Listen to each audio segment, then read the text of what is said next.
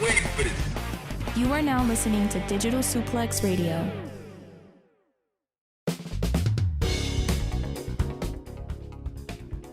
We're back again with another episode.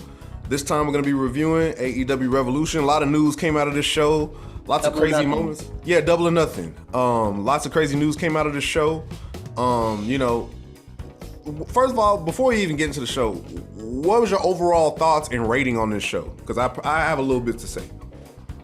It wasn't my favorite. I'll be honest with you. I don't necessarily think. I don't necessarily mind if a show is going to be long like that. You got to pace it well enough, and I don't know if they did that overall, personally. Yeah. That's just kind of my general thoughts.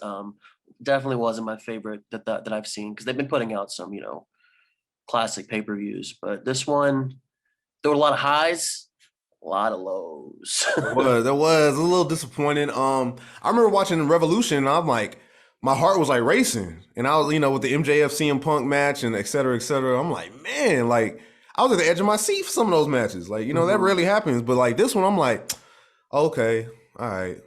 Ordered a pizza and shit, you know what I'm saying? I wasn't glued to the screen like I usually am.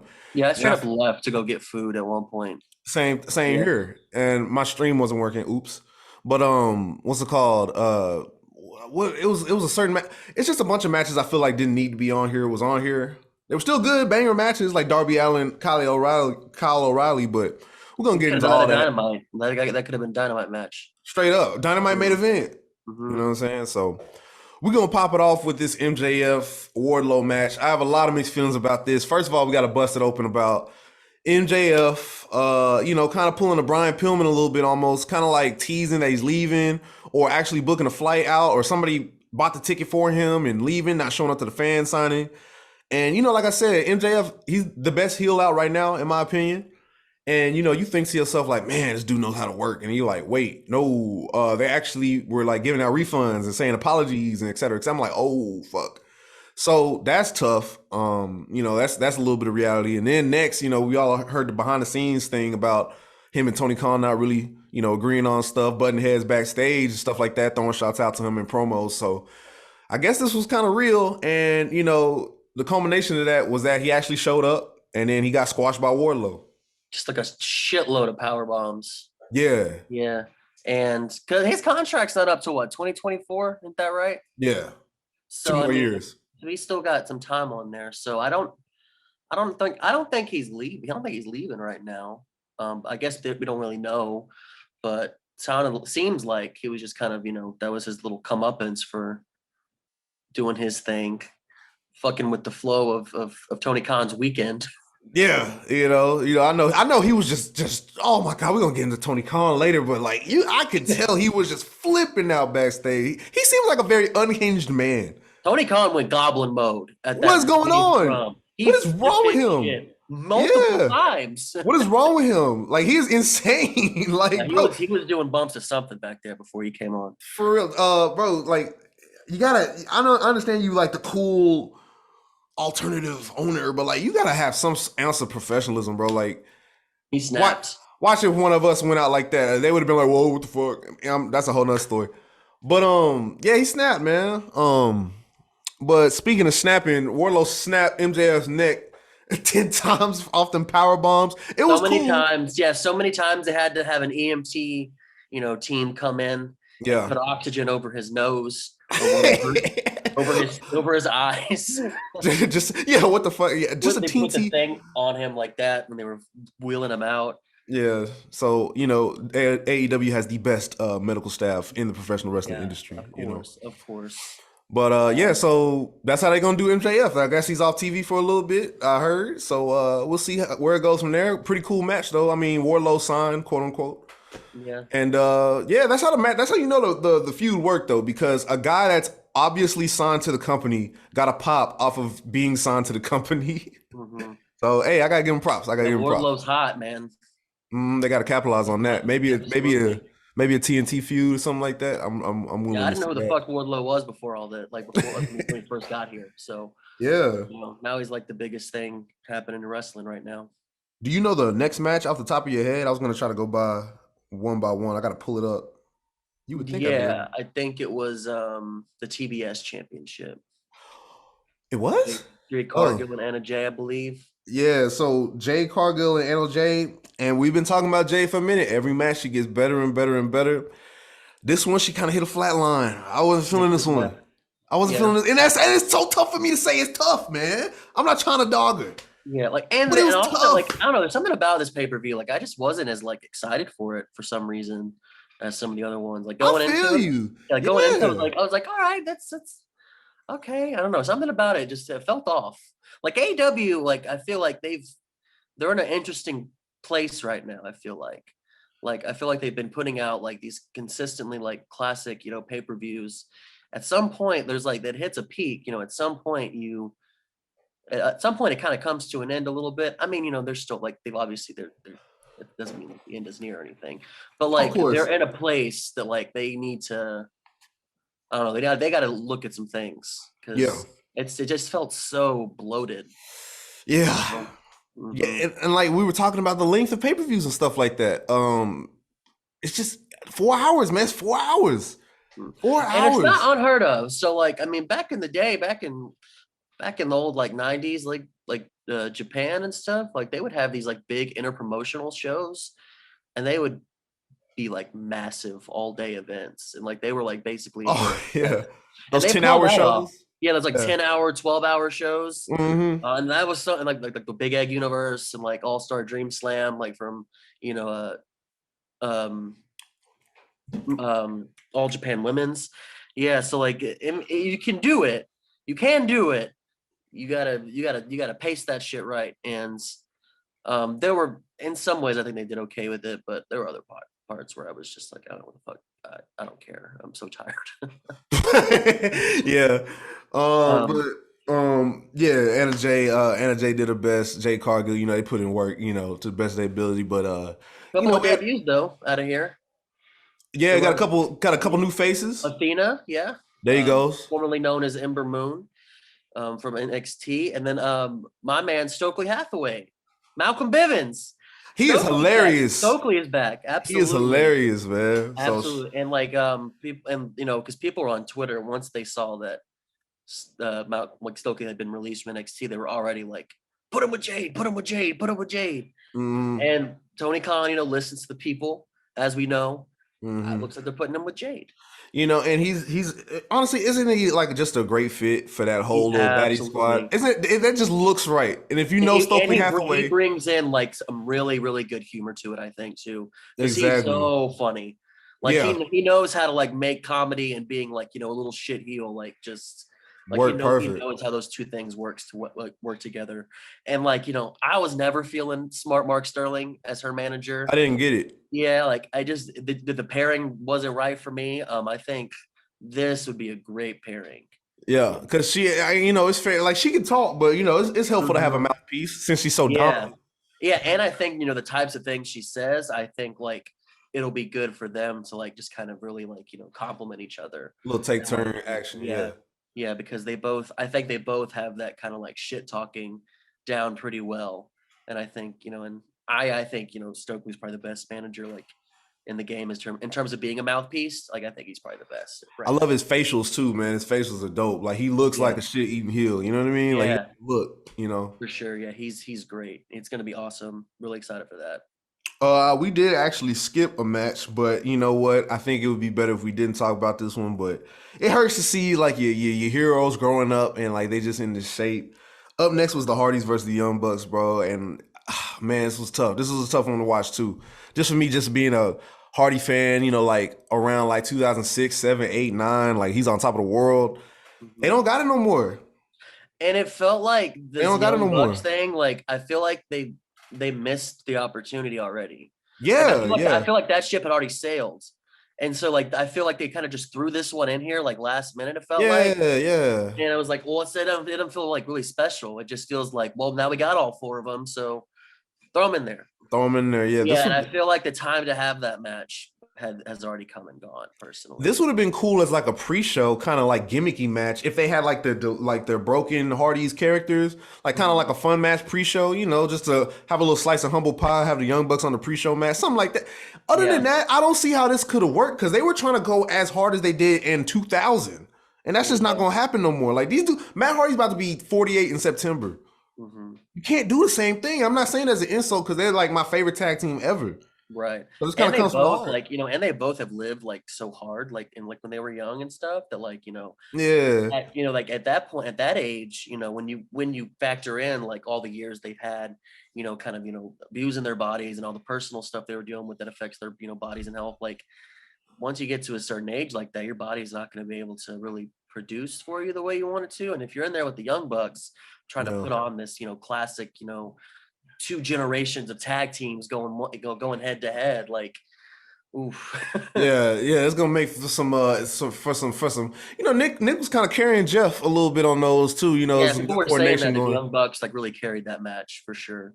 And I will say, I'm not a fan of the Young Bucks per se, but let me tell you, bro, I ain't never laughed so hard when I seen them do the Hardy Boys parody. Like they killed it. They got me to laugh. They got me to laugh on that. Oh yeah. Brandon Cutler coming out like Lita. They killed it. They killed it. He bro. even had the thong. The thong. That's hilarious. That's hilarious. I'll give him that. That's funny as hell. That's funny. That was bro. very funny. And I loved the Nick's, or I think it was Matt's. Matt did Jeff, right?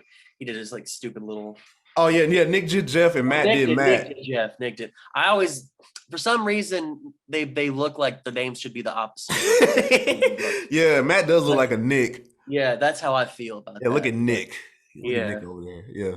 Yeah. But I'm glad they pulled Jeff Hardy off Dynamite just to get him some rest because you gotta switch it up sometimes. Sometimes you can't do the same shit you can do when you were younger. But anyway. And I know Jeff wants to because like he still has the heart for it. Right. It's just, and like a lot of his thing was like what made him so special was how much he was willing to risk.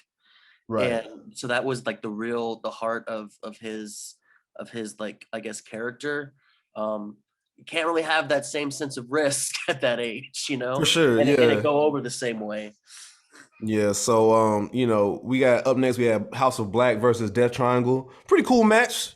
Yeah, it's pretty cool. I mean, all great workers. Yeah, pretty cool match. It's just a loaded card is the thing. Yeah, it's just like, man, this could have been like they could have pulled this like the Julia Hart thing, bro. Like they could have pulled that a long time ago, but I feel like something happened. Like Pac was injured or something like that, so they couldn't pull the trigger on her joining. But the build-up was Pac was injured, and then like and Ray Phoenix was injured at that one point, and so like this match was supposed to happen a long time ago, and they finally just got to do it, and like it was a good match. Like I like all those people like a lot, so I mean Buddy Matthews is okay, I guess. I'm not huge. You're not huge on Buddy, huh? He has an awesome look. Yeah, it's not that I'm like I just like never really watched him a lot.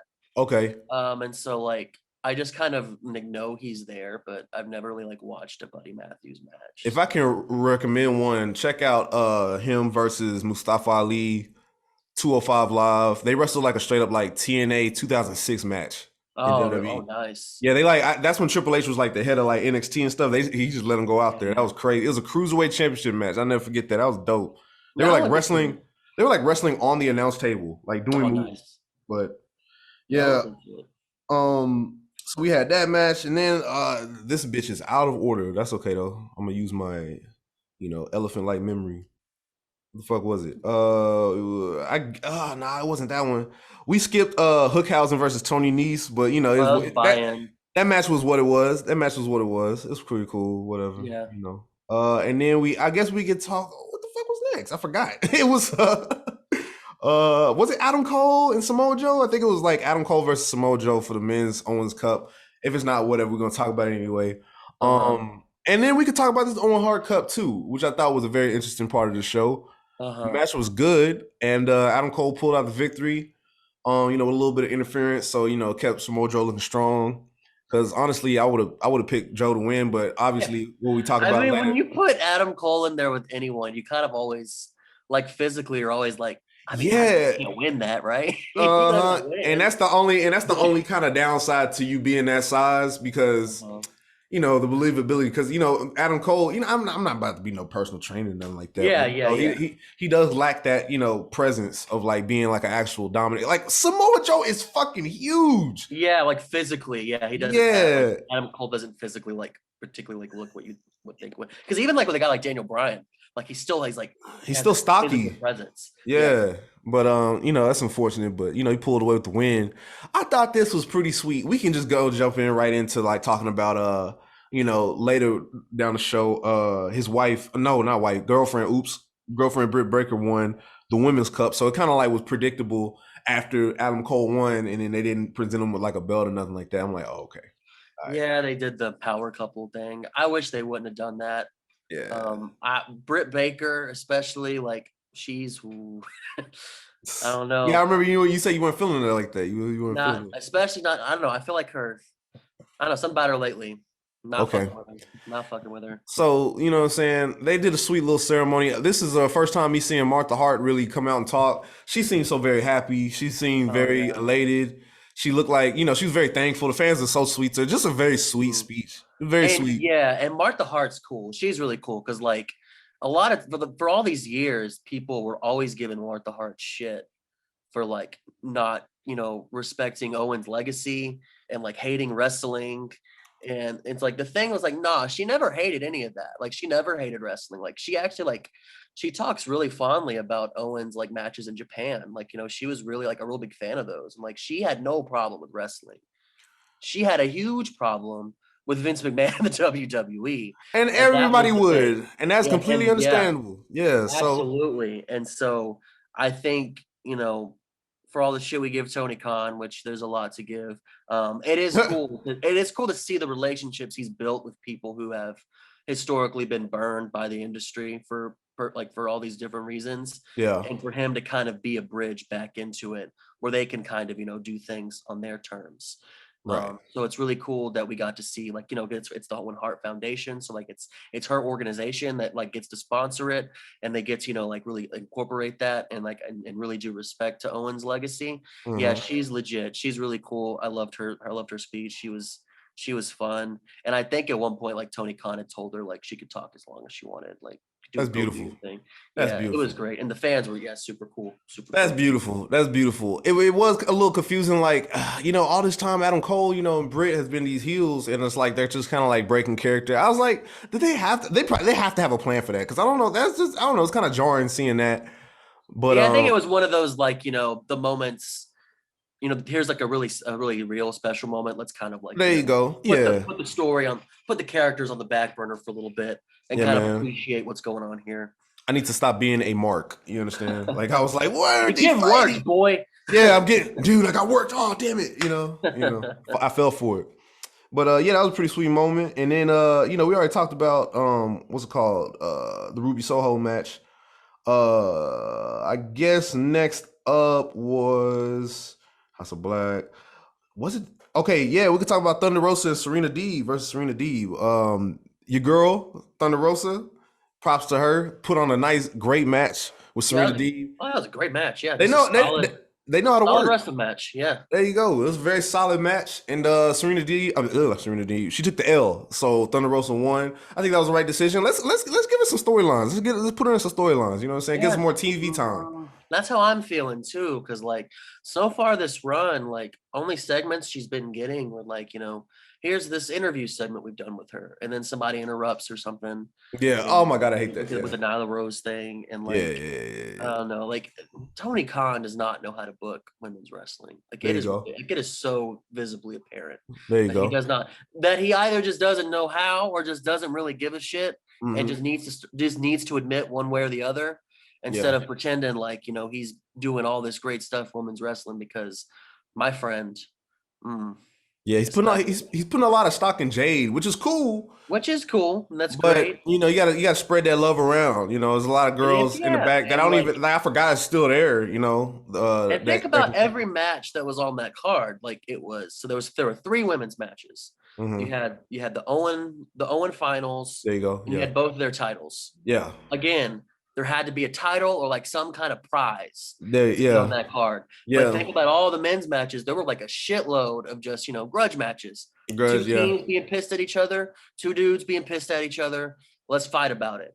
Like Darby Allin and Kyle O'Reilly, for example. Like, okay, great. Like, cool. Like, but they weren't fighting for anything other than just, they didn't like each other. And like, why can't we let women have those matches? Why does it always have to revolve around a title or some kind of prize? That's how you justify getting them on there. I think, there you go. I think it's hard for bookers to book matches for women's wrestlers that don't involve a title because I don't know why it's so hard. And that goes to WWE too. If it's not involving the tag team women's titles, which fuck those, I guess.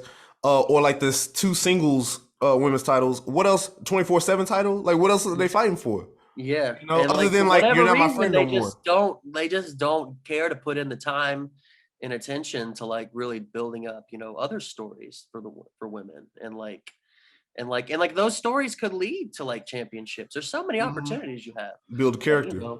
But at the end of the day, like as progressive as AEW wants to like present themselves as, like they're still like having a horrible time booking women's matches because I think women's matches and women's wrestling are still kind of seen as secondary, and like the way they emphasize like whenever a women's match is happening, like it's almost to a point where it's like it's like a straight up different class of wrestling than men's wrestling. Wow. You don't hear it called the men's titles. Let me put it that way. Yeah. These are the women's titles now. Yeah. So like, and I think overall, like the wrestling is still seen that way, even if it's not as overtly misogynistic, like the way it was in the, the 90s as they, making women sex objects and stuff like that. Crazy. And now, now they are like seen as athletes in American wrestling, but you couldn't do that today. You couldn't do that today. Yeah. Back then it was different. I hate when people try to bring. Yeah, man. Like every time somebody brings back a Godfather segment, I'm like, bro, this wasn't like good, bro. Like this was. Yeah. People were it was entertaining, but we were ignorant back then, bro. It made for good TV back then. It just wouldn't work, bro. But but shout out to Tony Khan though, because he did call the TBS title the TBS title, and it is for women wrestlers. So that's kind of cool. That was dope. Yeah, and then obviously there's great stuff there, and it's good to see women have multiple titles, multiple things to fight for. It's just like that's all there is for them, is like they have to fight for the belt at some capacity. And like AEW has so many great opportunities for I guess, and it's not completely true because like Hikaru Shida and Serena Deeb, and they did fight for the title a little bit, but they had like this this personal grudge match or feud that kind of it took over like place over like however many number of months. But even then, like I kind of felt, I don't know, they didn't like invest in it like great. It just kind of they threw it on. She made that. Yeah, she just made a heartfelt speech, kind of promo, and then that was like her build, and then Thunder Rosa stood on the fucking top of the stage, and that was her joint, and that was it. So, yeah. Hopefully they're working on it. Hopefully they got to work on that. That's still a huge problem for me is in when it comes to AEW, because they are not good. Speaking of not good, I don't know. I mean, it's the Jericho Appreciation Society versus Blackpool Combat Club.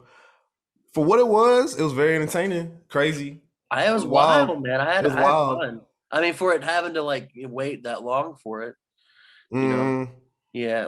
But no, I think that had the potential to be really, really, really bad, and I think they made it not bad. Yeah, they made it work. Yeah, I liked how they played Wild Thing like 3 times before they eventually shut it off. That was cool. That's like back like when New Jack would hit the ring and like just beat the shit out of motherfuckers with this music still playing. Mm-hmm. Yeah, that was fun. I think it was good. The violence was good. I'm still not completely won over by the Jericho Appreciation Society like a lot of people are. Yeah, I mean, there are some little funny things I see. Like Daniel Garcia is really funny to me there. Like I think he's doing a really good job at like kind of playing the sports entertainer role when his thing is his whole persona is I'm a wrestler. And so now they put him in there and like he's being really funny. Like he's really making that work for him. He's really getting to show another side of himself that I think is really cool. But other than that, I'm just tired of Chris Jericho. I'm tired. Yeah, it's just Always trying to get that little catchphrase over, the catchphrase of the month. Always Right, trying to like get that, something like the over. whole like thing about him like reinventing himself has become such a part of his character that it's become Yeah, so bro. annoying. Yeah, But like yeah. anything he says, he's trying to make it something, and like it's not Yeah. natural anymore. Every sentence, like, Yeah, come on, working for trying to get that meme, trying to get the meme off. I'm a yeah. wizard. Like the best ones were always the ones where like he just kind of stumbled upon something, like Organic. like the bubbly thing, like Yeah, that was hilarious. that That was was just him being great. Jericho, like oh a little bit of the bubbly, and Yeah. then like once he knew that that worked, it's He like just would not stop. something happened in his head. Like, okay, I need to, every fucking thing I say, I'm gonna write it down. And like, remember, I'll never forget GFY, bro. That was the word. It literally, for one show, he was like, and if you don't agree with that, then GFY. Like, go fuck yourself.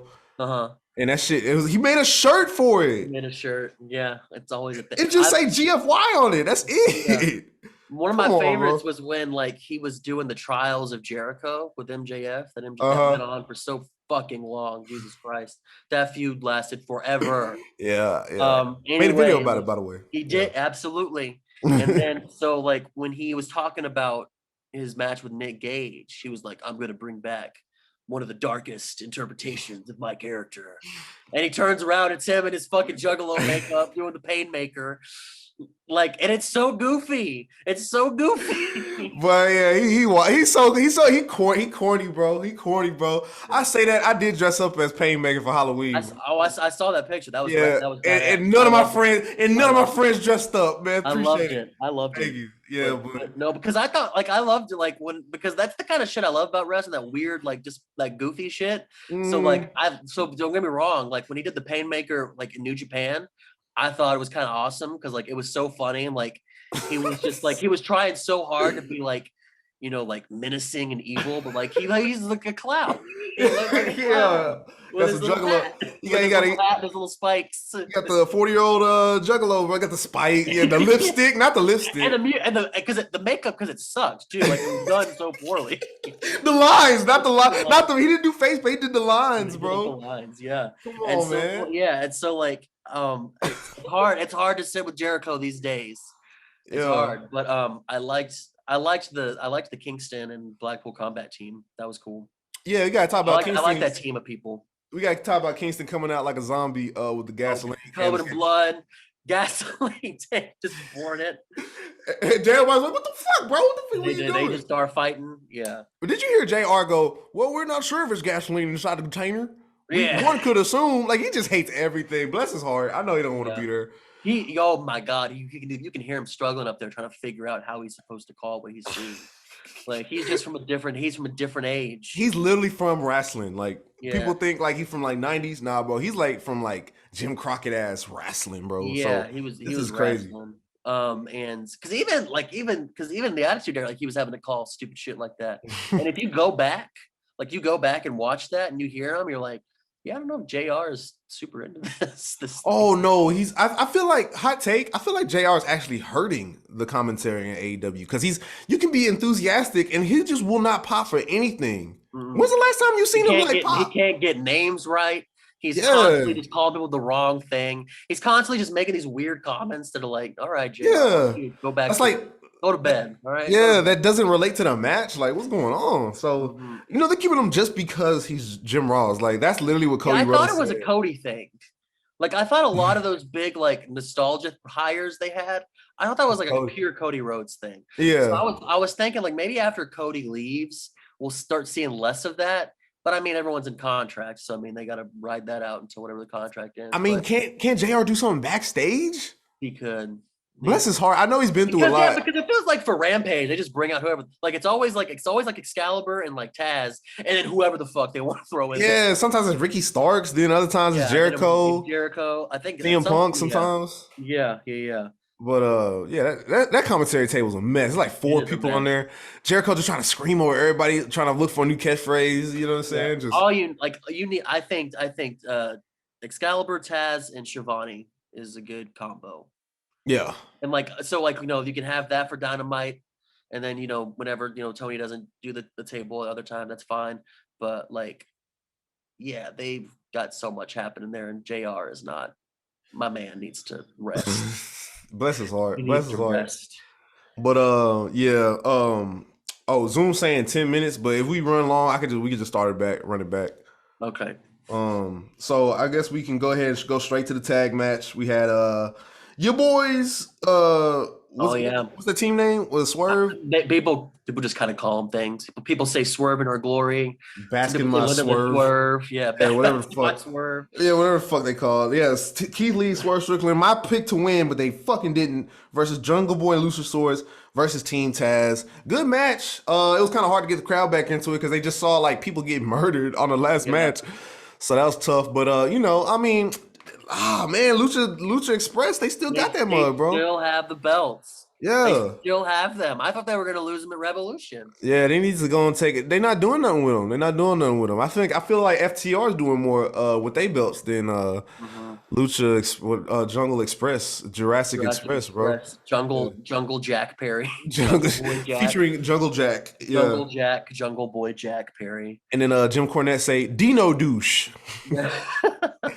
So it's them two. Yeah, I mean, like I said, they ain't really doing nothing with it. So and I think like either Team Taz or the Swerve Glory Boys, if they either of those teams would have been perfectly great. And here's the thing, if you want to put Swerve and Lee together and they don't win the belts, what you gonna do with them? Mm-hmm. But yeah, because they're not a tag team like wrestlers. They're singles guys that are good enough to adapt and like be a team. Especially Swerve, because Swerve's good at adapting to like basically anything. He can work like any style, anything you can ask for him to do, he's going to find a way to adapt to it. But like, yeah, and I thought they were going to win too. Whenever like they hit the Swerve stomp, that was a great bomb, I was like, great, perfect, awesome. Yeah. 1, 2, 3, let's go. No, motherfucker. You Another don't get false finish. Yeah, but and they love those with those like 3-way matches. They love stretching those things out. Yeah, they love getting you with those false finishes. That's a good point. Yeah, but and like I'm surprised. Like I thought Christian Cage was gonna turn on Jurassic Express by now. Gotta wait another 2 months. Because clearly, like I feel like the star there is Jungle Boy.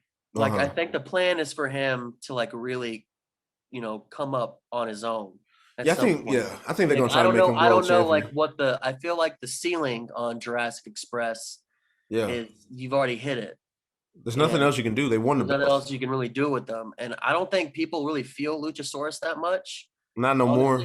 Not anymore. And like I see a lot, he gets a lot of criticism for like the way he moves, like his kicks and like how like they kind of call like his moves kind of reckless and like kind of like he's not as honed in and stuff. He's kind of sloppy, but I mean I don't know about all that, but that's he gets a lot of hate for that too, and I just don't know what's next for them because they're surrounded by like all of these like tag teams, like, these solid like tag teams who like do this shit, and it feels like they're just kind of holding on, Yeah, I know, bro. It's because they're AEW. They're like one of the 4 pillars in tag team. The OGs, they're the OGs, so you got to treat them nice, So yeah, I don't know. But anyways, after that we had the main event. I was gonna say we got like 6 minutes left on this Zoom call. Do you think we can talk about the main event in 6 minutes, or should I run it back?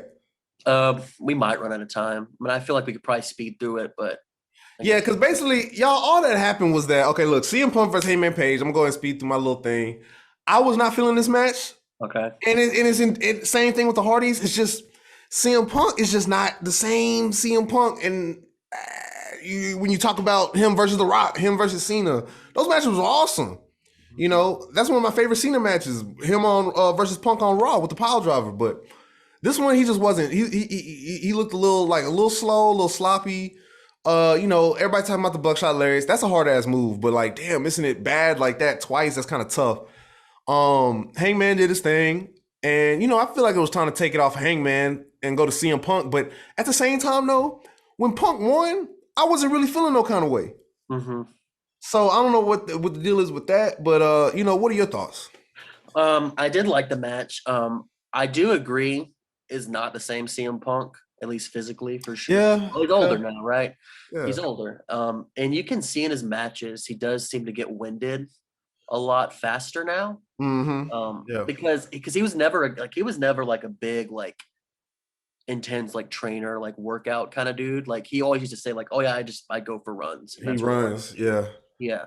I mean, I don't know when the last time he's been running because breathing so damn heavy. I'm just kidding, Phil. I'm just kidding, Phil. Yeah. I'm just kidding. You gonna go on a Twitter rant? Yeah, but I think a lot of like for me, like what I'm impressed more by Punk so far, like this AEW run is just the narrative. Like right now he's being a storyteller. I think. Yeah. Like as far as like an in-ring technician, in-ring worker, it's still there. Like he still knows how to do it. Like he hasn't forgotten that part, but like it's much more limited, and he'll even admit that. So I think right now, like what's most compelling about CM Punk is the story he's trying to tell, and overall, I think he's succeeding. I do think it was the right move, also. Yeah. But like I'll be honest with you. If I'm thinking back about the matches that he's had so far, for me, it's not been anything particular about his in-ring work as much as it's been about the storyline. Yeah. That's drawn me in. Because I think Hangman Page is going to be like a long-term ace. I've said it before. Yeah. So like I think he's got many more title runs to have, and everyone always loves watching Hangman fight from below, right? Like he's much more compelling, and he's easier to get behind when he's fighting from under than when he is like. So the journey there for Hangman is always what's so cool. There you go. So it'll be interesting to see like how. All right, now he's been at the top of the mountain his first time. Now he's back again. What did he learn? And what is he going to do differently to get back, than he did the first time? Yeah. So there's a story there for that. And I think as far as like, and just as a business move, it's probably the best thing to get to CM Punk, because I mean, since CM Punk has gotten to AEW, they've really been exploding. Like they've been really getting bigger. For better or worse, depending on like, some of the moves they've made. But I thought it was a good match for what it was. I don't think I hated it, but like if I'm thinking about it, there wasn't anything particularly physical about the match that I thought was, no spots I can think of. Like, I mean, and it was the match they had to make CM Punk champion. That's pretty much what it was. And like, I think the moment was still special for the crowd in there. For being as tired as fuck as they probably were. But they had to force that celebration. But because even in the presser, like CM Punk had talked about like the whole Buckshot Lariat thing, and so like he was like, he admitted that he was not going to try that again. But even like in the middle of a because I'm a big guy that like I'm kind of like make anything a part of the story kind of thing. So like even with botches. Like for me, I'm able to like rework that in my mind to make it like, oh, okay, so yeah, like he's clearly getting tired. Like, does he have it left in him? Like he's messing up spots. Yeah, that's how I try to look at it. To kind of like make it to not get too like marked, like be too much of a mark. There you go. Yeah, put yourself in the yeah. There you go. Be empathetic. Yeah, I try to like justify it somehow, and like it typically works, but. So, but I agree with you. That's the kind of match it was. It was just that was the match that CM Punk had to become champion. Yeah. So all in all, what I'm saying, we got about almost a minute left.